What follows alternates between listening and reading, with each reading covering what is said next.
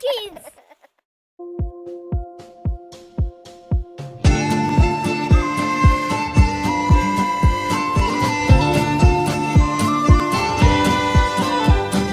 Venez, crions de joie pour le Seigneur. Acclamons notre rocher, notre salut. Il est roi tout-puissant, Dieu créateur. Chantons sans fin pour proclamons saint est son nom.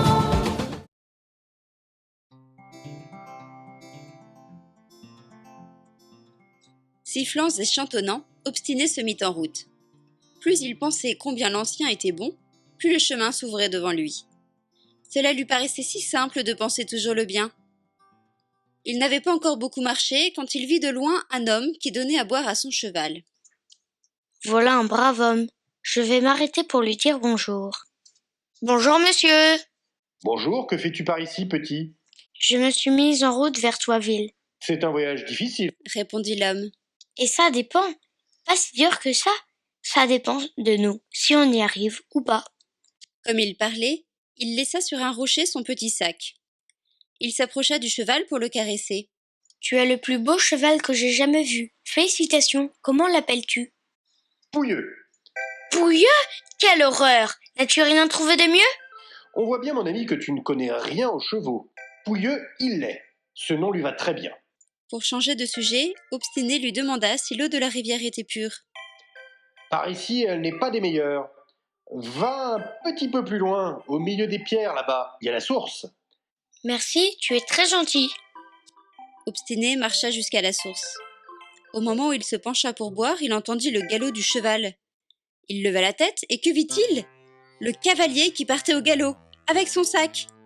Submergé par la colère, Obstiné se mit à courir en sa direction en criant « Voleur! Voleur! Le cavalier, cependant, s'enfuit au loin, sans même se retourner pour le regarder. Voleur! Voleur! Tout ça, ce n'est de la faute de personne d'autre, c'est ma faute à moi. Je lui ai parlé gentiment. J'ai vanté ton pouilleux pour te faire plaisir, et voilà le résultat, méchant voleur. Le petit sentier devint de plus en plus étroit. Il marchait en se disant en lui-même « Ah, petit père, que m'as-tu fait? C'est ta faute tout ça. Si j'avais écouté ma reine, je serais pas maintenant comme une âme en peine. Avec cette histoire d'avoir une bonne pensée, regarde ce qu'il m'arrive. Quel bon conseil peut venir d'un vieil homme comme toi? » Le chemin était couvert de cailloux à présent, et Obstiné marchait avec difficulté. Si je ne regrettais pas toute la peine que j'ai prise pour venir ici, je retournerais tout de suite pour te le dire, ce que valent tes conseils. Le chemin se refermait en buissons épineux qui lui piquaient les jambes. Le soleil brûlait avec ardeur. Il était midi. Tout était sans issue. Épuisé, il s'assit, sans savoir vers où aller. Il avait faim. Il se souvint des provisions que l'ancien avait glissées dans son sac. Il pencha la tête et la tint entre ses mains. En contrebas, tout était couvert de pierres. Au milieu des épines, Obstiné vit un gros scarabée qui marchait doucement en traînant une grosse mûre. Il étendit la main et la prit, la secoua un peu pour enlever la poussière et la mangea. Sur le coup, le scarabée se trouva désorienté et se retourna dans tous les sens. Tu cherches inutilement, je l'ai mangé, tout bonnement. Tu me pardonnes si j'ai pris ton déjeuner, mais j'ai faim. Pourrais-tu m'en amener une autre? Sans protester, le scarabée continua son chemin. Bien sûr, mon petit scarabée. Cela s'appelle un vol. Mais vois-tu, quand on a faim, on oublie les bonnes manières. Et là, comme un éclair, l'image de l'homme qui lui vola son sac lui traversa l'esprit. Et si lui aussi avait faim? Sûrement il avait faim, le pauvre, et c'est pour cela qu'il a tenu compte de rien. Il était frêle et pâle, et moi je lui ai crié dessus et je lui ai dit de si vilaines paroles. Obstiné se repentit. Alors, si le scarabée était doué de paroles, m'aurait-il lui aussi appelé voleur? Ou bien serait-il parti en silence? Il se leva donc pour le chercher. Où es-tu, petit scarabée? Tu as donc déjà disparu? En s'activant pour le chercher, Obstiné vit à sa droite un large sentier. Le chemin s'était ouvert. Il marcha joyeux à nouveau. À une petite distance, il trouva un figuier chargé de beaux fruits. Tout près se trouvait un petit torrent. Il s'assit là pour se reposer. Comme il dégustait les figues, il se souvient du sage. Toi, petit père, tu avais bien raison. Pourtant, à ce que je vois, je ne l'ai compris qu'en théorie. J'ai récité ma leçon, mais dans la pratique, je me suis complètement trompée. Il mangea, but et reprit des forces. Et le chemin s'ouvrit vraiment devant lui, libre et dégagé. Obstiné commença à courir de plus en plus vite et à crier. Toiville, sereine, me voilà! Il gravit un haut sommet, sans même s'en rendre compte. Il s'arrêta pour admirer le paysage et n'en crut pas ses yeux. Au milieu de grands arbres, de ruisseaux et de petits lacs, se trouvaient des petites maisonnettes, dispersées comme des moutons dans un champ. Il commença à crier plein de joie. Hurrah, j'ai trouvé! Hurrah! La descente était encore plus facile. Plus il s'approchait, plus son cœur battait. Il songea à la surprise qu'il ferait à Sereine. Dès qu'il arrivait, la première chose qu'il ferait serait de demander où est sa maison, afin de s'y rendre illico. Soudain, il pensa au père de Sereine qui l'avait tiré par la main pour vite repartir. Ah, moi je l'ai invité à la maison et il a refusé. Eh bien, je n'irai pas si vite. Je trouverai quelqu'un, je leur ferai savoir que je suis arrivée. Je veux que monsieur son père prenne la peine de me retrouver, de m'inviter. Je commencerai par refuser, puis... Et avant qu'il ne puisse finir sa pensée, il trébucha. Comme le chemin était en pente, il se mit à dévaler comme un tonneau au milieu des « oh » et des « ah ». Quand enfin il s'immobilisa, il se trouvait devant une large rivière au courant impétueux. Et là, il perdit connaissance. Obstiné ouvrit les yeux et vit une jeune femme qui lui caressait les cheveux.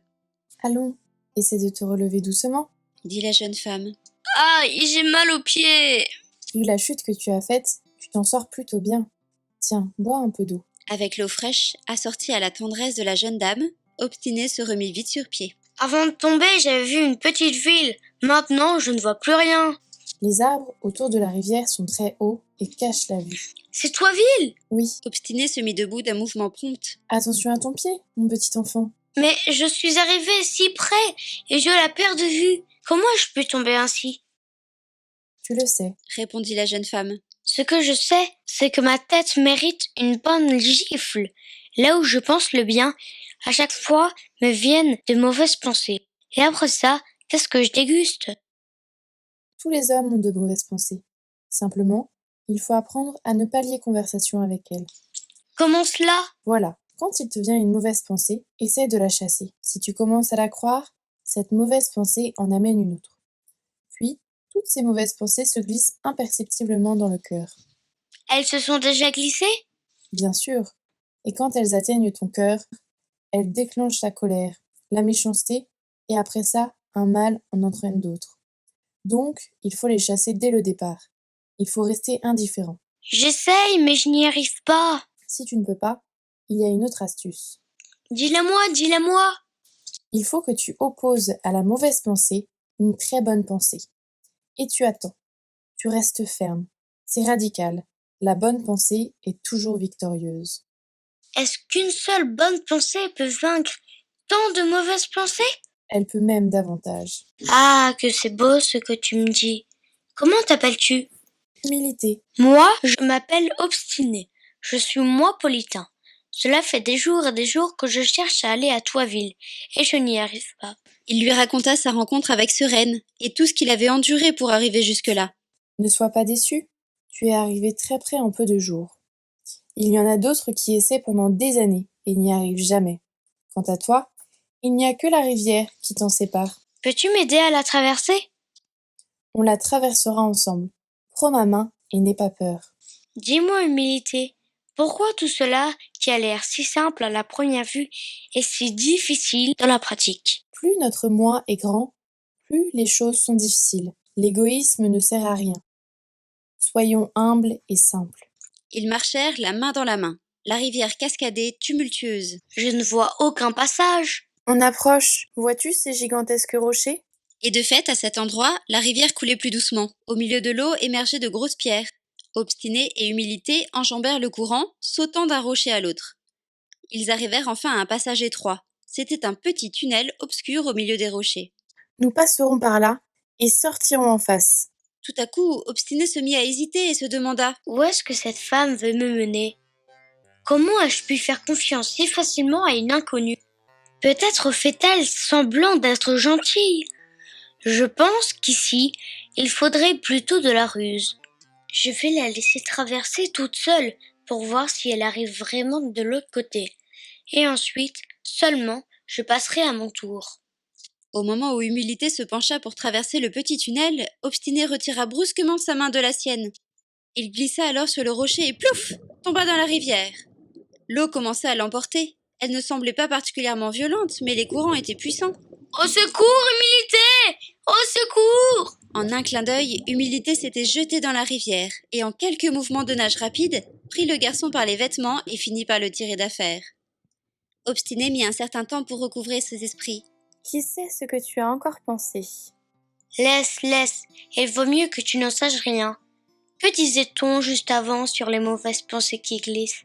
Et avec elles, moi aussi j'ai glissé. Vois à présent dans quel embarras je suis. Humilité riait de bon cœur. Comme tu peux le constater, je suis dans un état aussi pitoyable que toi. Je ne sais pas comment te remercier. Un peu plus et je me noyais. Si tu veux me remercier, traversons. Nous sommes trempés. Il faut que nous allions nous changer. Ils arrivèrent de nouveau devant la petite ouverture. Obstiné lui prit la main. Tiens-moi bien, c'est toi qui me guideras. Tout seul, je n'y arriverai jamais. C'est ce toi qui aida Obstiné à rapetisser son moi. Et c'est ainsi qu'il put entrer dans Toiville. Jusqu'à présent, Obstiné croyait qu'il n'y avait pas de royaume aussi beau que Moiville. Et voilà que ce qu'il avait maintenant sous les yeux lui coupait le souffle. Alors, qu'en dis-tu? Demanda Humilité ravie. Magnifique. Tu vois, là-bas les enfants jouant sous les arbres? Vas-y, Sereine est sûrement parmi eux. Si elle n'y est pas, les autres t'amèneront chez elle. Elle n'eut pas besoin de lui dire 2 fois. Il se mit à courir à toutes jambes. Attention à ton pied! C'est passé. Lui cria-t-il de loin. Obstiné arriva tout essoufflé près des enfants. Avec la joyeuse animation qui régnait, ceux-ci ne le remarquèrent même pas. En revanche, lui repéra tout de suite Sereine au loin. Il se souvenait de son rire et de ses longs cheveux. « Sereine! Sereine !» cria-t-il très fort. Elle se retourna surprise. « Oh, Obstiné, mon cher ami !» Obstiné et Sereine tombèrent dans les bras l'un de l'autre. Sereine pleurait de joie. Les enfants, dès qu'ils entendirent son nom, se mirent à taper des mains de façon rythmée en scandant. « Bienvenue à Toiville, bienvenue à Toiville !» Je t'attendais, j'étais sûre que tu allais finir par venir. J'ai eu pas mal de difficultés. Ce qui importe, c'est que tu sois arrivé. Viens que je te présente à mes amis, je leur ai parlé de toi. Tous serrèrent la main d'Obstiné, et chacun se présenta par son nom. Les questions pleuvaient. Obstiné n'en revenait pas. De toute sa vie, jamais il n'avait été reçu de façon aussi chaleureuse. Sereine intervint. Écoutez-moi tous, notre ami est trempé et fatigué. Je propose la chose suivante. Je vais l'amener chez moi pour qu'il se change, se repose et demain... Pas demain, aujourd'hui. Non, aujourd'hui, il va se reposer. Demain, nous nous retrouverons tous. Obstiné nous racontera comment il est arrivé jusqu'ici. D'accord ? D'accord. Acceptèrent de bon cœur les enfants. Un grand garçon qui tenait Obstiné par le bras depuis un moment lança. Tous ensemble, accompagnons-le jusque chez Madame Bonté. Ils se mirent en route en chantant. Madame Bonté, sors bien vite dans la cour pour que tu sois tout étonné de voir qui arrive en ce jour. Obstiné rit de la chanson improvisée. L'enfant qui le tenait par le bras lui chuchota. Je suis le frère de Sereine, je m'appelle Généreux. Madame Bonté est notre mère. Et de fait, Madame Bonté était sortie dans la cour. Elle tenait dans ses bras une fillette, pendant qu'une autre se tenait debout à ses côtés, applaudissant de ses petites mains. Les enfants faisaient un tel vacarme que tous les voisins accoururent. Tous ensemble, ils souhaitèrent la bienvenue à Obstiné. Madame Bonté l'embrassa en le serrant contre elle. « Bienvenue, mon enfant !» Obstiné était muet d'émotion. Il ne savait pas trop quoi dire. Madame Bonté appela son grand-fils. « Généreux, accompagne Obstiné et montre-lui où se laver. Donne-lui des habits propres. Et toi, Sereine, viens m'aider à mettre la table. Ton père va bientôt arriver. » Tous, assis autour de la table, écoutaient Obstiné raconter ses aventures. Bien sûr, il ne dit rien sur les personnes qui l'avaient aidé. Il voulait la gloire pour lui seul. Il raconta son histoire de façon si convaincante qu'il ne serait venu à l'idée de personne de ne pas le croire. Chacun dans l'assistance manifestait beaucoup d'admiration. Le père de Sereine lui tapa gentiment sur l'épaule en souriant. Bravo mon enfant. Il est clair que tu as de bonnes dispositions dans ton âme. Et grâce à cela, Dieu t'a aidé à arriver ici. Personne ne m'a aidé. Moi, j'y suis arrivé tout seul. Mon enfant, Dieu regarde toutes ces créatures avec compassion et aide chacune d'entre elles. Je ne sais pas en quel Dieu vous croyez, vous. Nous, à Moiville, nous avons une déesse. C'est notre reine. Elle nous conseille et nous croyons en elle. Nous savons tous que l'homme a une grande force au-dedans de lui. Cette force l'aide à vaincre toutes les difficultés. Cela dit, puisque je suis ici, je voudrais bien connaître votre Dieu à vous. Les enfants se regardèrent entre eux. Madame Bonté sourit à son mari, qui tapa de nouveau amicalement sur l'épaule d'Obstiné. Tu le connaîtras. Tu le connaîtras. Moi, je propose qu'on y aille dès aujourd'hui. Où est son palais? Son palais, c'est le ciel, mon enfant. Le ciel? Obstiné se leva d'un bond. Et comment communiquez-vous avec lui? Comment vous êtes-il? Eh bien, on lui parle simplement, comme on parle en ce moment. Et lui, il vous entend aussi loin? Et peut-il vous aider? Tout à fait. Il se trouve constamment tout près de nous. Et même en ce moment, il est là et nous entend, dit la petite fleur. C'est-à-dire, voulez-vous dire qu'il est invisible? Demanda Obstiné, intrigué. Oui, c'est cela, il est invisible. Obstiné devint tout rouge. Il se tint debout et dit: Je veux lui parler, là, maintenant. Dites-lui, s'il vous plaît, qu'Obstiné, le moi politain l'appelle. Les enfants souriaient et considéraient Obstiné avec un grand étonnement. Assieds-toi, mon enfant. Calme-toi. Tu arrives à peine. Petit à petit, tu comprendras tout. Moi, je veux maintenant. Bon, puisque tu veux maintenant, nous allons commencer. Je crois que la première chose que tu as à apprendre, c'est la patience. En réalité, celui qui voulait apprendre quelque chose à un petit moi politain devait avoir pour sa part une énorme patience. Comme nous le disions au début, les mois politains ne voient pas très bien, car leur gros moi leur bouche la vue. Les oreilles n'entendent que ce qui les intéresse. Ils croient toujours que c'est eux qui ont raison. C'est presque impossible de les faire changer d'avis. D'ailleurs, ils se croient dotés d'une intelligence supérieure. Comment sauraient-ils entendre les conseils d'un humble toi politain? Dans leur dictionnaire, humble signifie idiot. Eh bien, allait-on écouter un imbécile? Obstiné, en son plus gros moi, avait une obstination plus grande que son nom. Pour sa part, le père de Sereine, Monsieur Passion, avait lui aussi une patience plus remarquable encore que son nom. La première chose qu'il songea à faire fut de parler en privé à sa famille. Eh bien, mes enfants, désormais vous considérerez Obstiné comme un frère. Puisque Dieu l'a envoyé ici, il faut que tous ensemble nous l'aidions.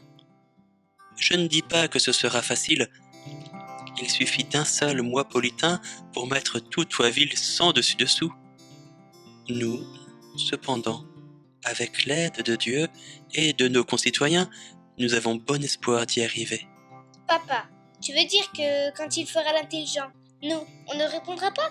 Enfin, il va finir par nous prendre pour des imbéciles. Tu sais, Fleur, parfois, le plus intelligent est celui qui ne parle pas. En tout cas, il est très orgueilleux. Il dit toujours « moi, moi, moi ». On dirait que c'est son arme qui le protège. Très bien, alors prenons nous aussi nos armes. C'est l'heure de la bataille. Sereine, c'est toi qui as fait venir Obstiné.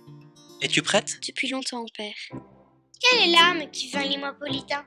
J'en veux une aussi, dit Fleur. L'amour, mon enfant. Juste l'amour, dit la mère en la prenant dans ses bras. Ce jour-là, Obstiné se préparait à jouer pour la première fois avec les enfants de Toiville. Ils se montraient anxieux. Ils étaient nombreux à s'être rassemblés.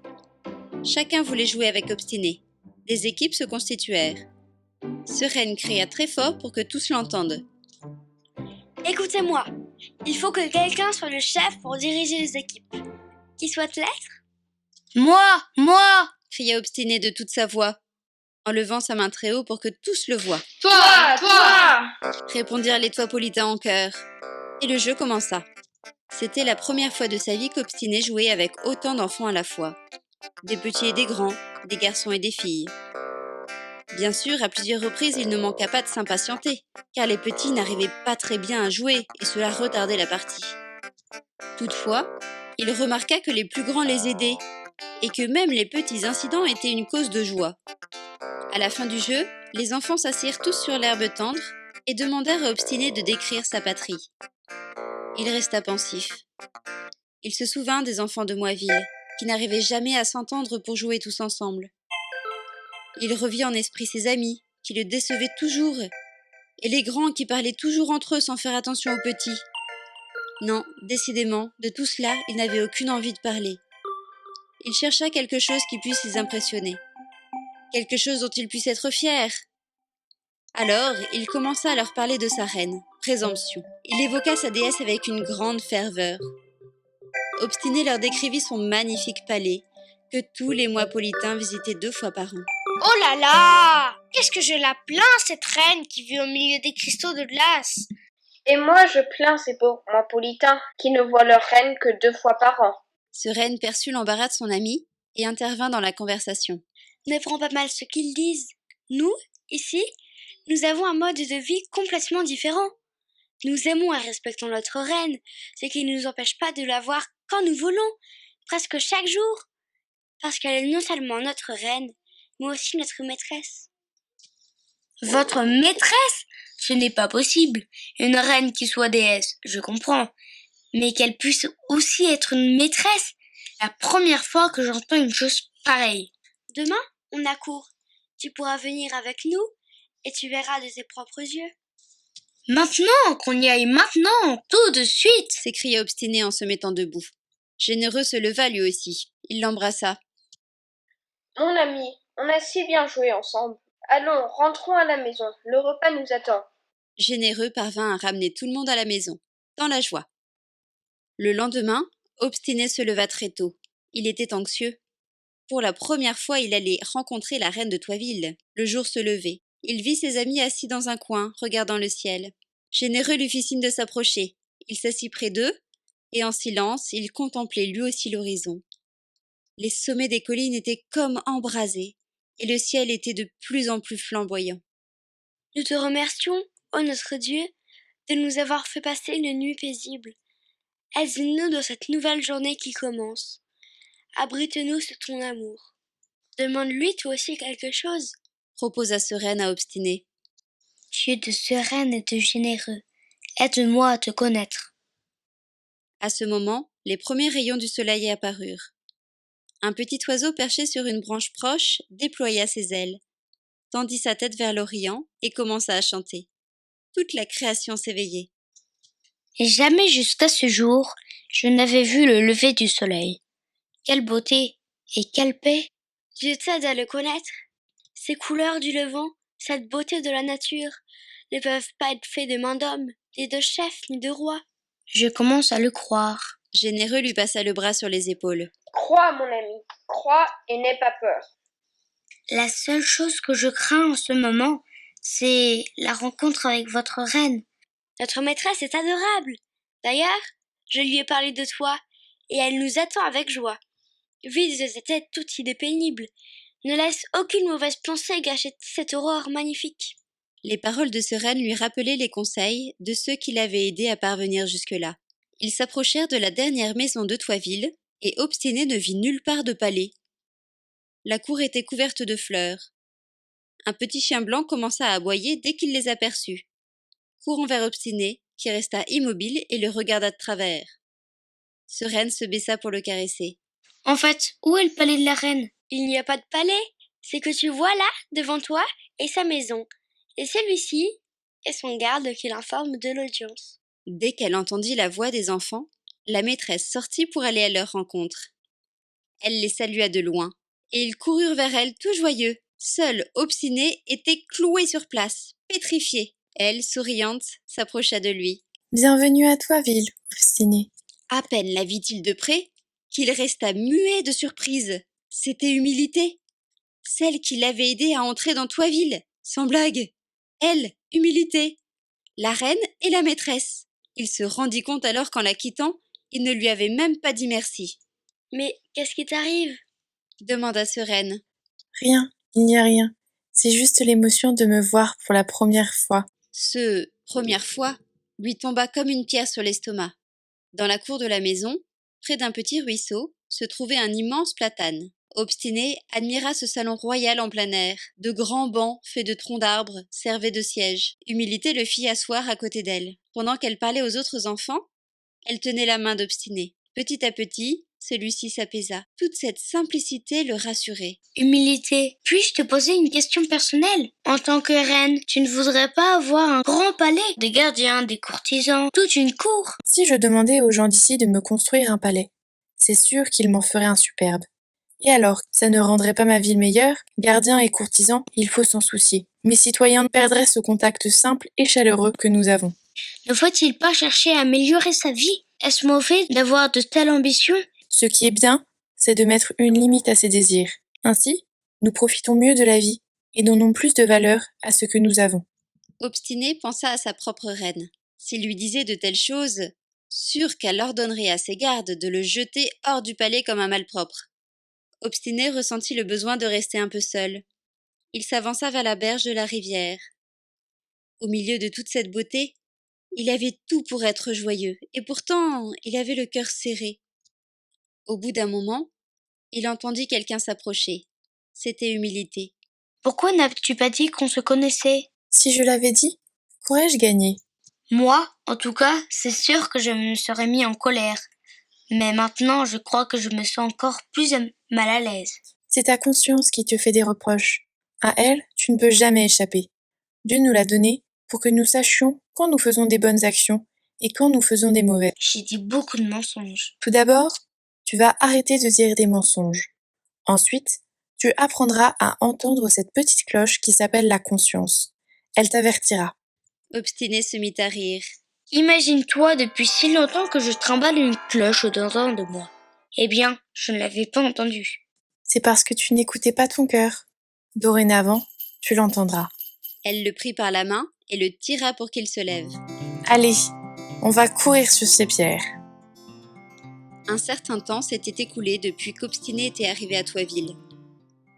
Dès son arrivée, Sereine et sa famille avaient montré à Obstiné qu'ils le considéraient comme un des leurs. Lui, à son tour, aidait Sereine et généreux dans leurs travaux, sans le faire cependant gratuitement. Son but était d'en finir au plus vite, pour avoir du temps à consacrer aux jeux et aux promenades. Ce jour-là, ils s'étaient mis d'accord pour rendre visite à Humilité. Depuis le matin, Obstiné s'était empressé d'aider Madame Bonté à finir vite son travail. Il lui avait rentré du bois pour le feu, avait entrepris d'arroser le jardinet, de soigner les fleurs et de réaliser différents travaux dans la cour. Quand tout à coup, on l'appela par son nom. Il leva la tête et vit leur voisine venir en courant. Bonjour Madame Espérance, qu'est-ce qui se passe? Je t'en prie, mon enfant. Appelle-moi vite Madame Bonté. J'ai besoin de lui parler. Obstiné courut l'appeler. Elles discutèrent un peu, puis se séparèrent en hâte. En marchant vers la maison, Madame Bonté enleva son tablier. Obstiné commença à s'inquiéter. Il ne manquerait plus que ça, qu'elle sorte, se dit-il. Si jamais elle part vraiment, j'espère qu'elle prendra le bébé et Fleur avec elle. Mais voilà que peu après, il la vit partir seule. Obstiné, mon enfant, je dois m'en aller. Si Sereine a besoin de quelque chose, aide-la, je t'en prie. Madame Bonté, je ne comprends pas. Depuis hier, on vous a dit qu'on irait chez Humilité. Oui, mais on vient de m'annoncer qu'il faut que je parte. Sereine t'expliquera. Si je reviens vite, vous irez cet après-midi. Sinon, ce sera pour demain. À tout à l'heure, mon enfant. Obstiné se mit en colère et en guise de réponse donna un coup de pied dans un seau d'eau qui se trouvait devant lui. Madame Bonté se dépêcha de sortir par le portillon de la cour sans se retourner. Ou bien elle n'avait pas entendu, ou bien plutôt, elle avait fait semblant de ne pas entendre. Sereine, avec son petit frère dans les bras, se tenait devant la fenêtre ouverte et assistait à la scène. « Eh bien, que dis-tu maintenant » s'écria Obstiné sur un ton de reproche. « Ta mère est partie. Qu'est-ce qui était convenu, hein ?» Viens, rentre que je t'explique. Cela ne se fait pas de discuter en criant de si loin. Je n'ai pas besoin d'explication. Moi, je vais partir tout seul. Toi, reste là à bercer vos bébés. Un deuxième coup de pied dans le seau servit de salutation à Sereine. Obstiné arriva chez Humilité sans même se rendre compte du chemin parcouru. Humilité le reçut chaleureusement comme à l'accoutumée et écouta attentivement le récit de ce qui s'était passé. Réfléchis. Ne penses-tu pas que c'est une erreur de ne pas être rentré pour écouter ce que Sereine avait à te dire? Bien sûr. Pour que sa mère parte de façon aussi impromptue, il devait y avoir une raison sérieuse. Il me semble que, au lieu que ce soit toi qui maîtrises ta colère, ce serait plutôt elle, la colère, qui t'a vaincu. Ce n'était pas facile. Ce n'est facile pour personne. Encore faut-il essayer, quand on se met en colère, de ne pas dire des paroles qui blessent l'autre.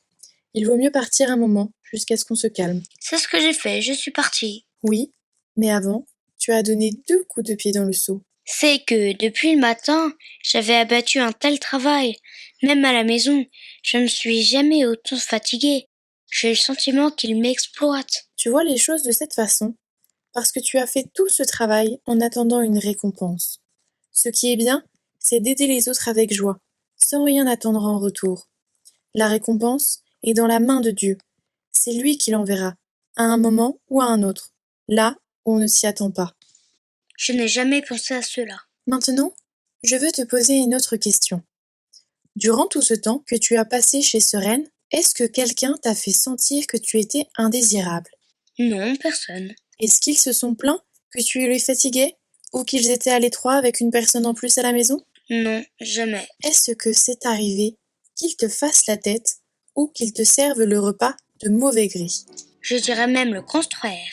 Ils se sont toujours occupés de moi avec beaucoup de joie. S'ils avaient fait tout cela de mauvais cœur, est-ce que cela t'aurait plu? Pas du tout. Ce serait comme s'ils me disaient indirectement de partir. Eh oui, ce serait ça. Vois-tu, ces gens non seulement font le bien, mais le font de la bonne manière. Réfléchis à cela. Je pense qu'il faut mieux que je parte. Sereine est toute seule et elle a peut-être besoin d'aide. Mais comment vais-je l'affronter? Qu'est-ce que je vais leur dire? Je me suis si mal comportée. C'est simple, demande-leur pardon. Obstiné se leva d'un bond comme si une guêpe l'avait piqué. Impossible! Ce mot, je ne l'ai jamais prononcé. Un si petit mot? Il ne sortira de ma bouche pour rien au monde. Un jour il faudra essayer. C'est toi qui seras gagnant. D'ailleurs, par notre comportement, quelquefois c'est comme si on le disait. Peut-être qu'un jour, j'essaierai. Merci pour tout. Obstiné partit en courant. Les paroles de la douce humilité tournaient sans cesse dans son esprit. Quand tu fais le bien, fais-le de la bonne manière. N'attends pas de récompense. Venez, crions de joie.